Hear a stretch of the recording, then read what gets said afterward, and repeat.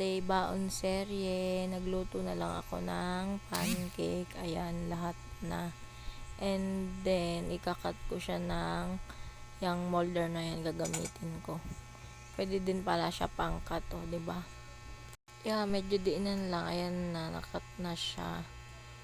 Bali, 6 na ganyan yung gagawin ko. Para naman maiba, diba? May shape. Yan, pag okay, nalagay na sa baon ni Ate Abby. Shorten class ulit sila, pero tomorrow, Tuesday, balik na sa dating schedule. Ayan na, nilalagay ko na. Wala pala akong maple syrup, sayang. Ayan, ganyan na, pinahiga ko na lang. Don't worry, malinis yung kamay ko, guys. And then, yung sa kabila naman,